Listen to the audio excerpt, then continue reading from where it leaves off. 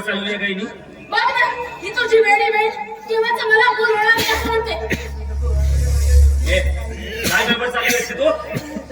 तुला तुझं बाळ मिळणार नाही. तू शिकवत तरी आहेस का? आणि काही बाळाला इजा केलीस म्हणजे त्यासाठी जबाबदार कोण राहणार? मी इजा करणार. हो आणि 9 महिने पोटात वाढवले मी त्याला. अरे आई आहे मी तिची आई. आणि मी इजा करणार माझ्या बाळाला. मी वेडी नाहीये.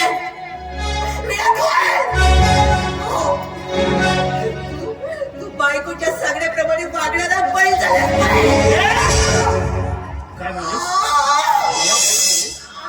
मोठी बहीण म्हणून तुझा विचार करतोय. तू मात्र तुझ्या मर्यादा ओलांडत चाललीस. मला बहीण म्हणलीस?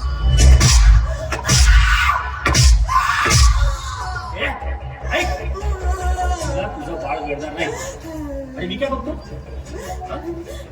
4 दिवसापासून अन्न पाणी का देत नाहीयेस? आणि हे अन्न पाणी कोण खाणार? मला माझं बाळ दिलं शेवटी जेवढा तुझा तुला बाळ मिळणार नाही. माझ्या उपकार करा. मला माझं बाळ तुम्हाला त्रास होतोय ना. मी माझ्या बाळाला घेऊन तुम्ही कुठेतरी निघून जाईल. मला तुमची संपत्ती नको.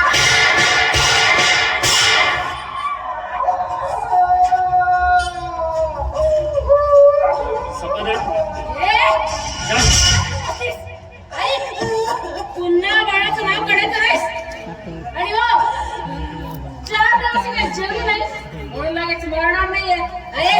आणि तुला भूक लागली तेव्हा हेच एक किलो अन्न खायचंय. कारण रोज तुझ्यासाठी ताजं अन्न करून वाया घालवायला आमच्याकडे जास्त पैसा नाहीये.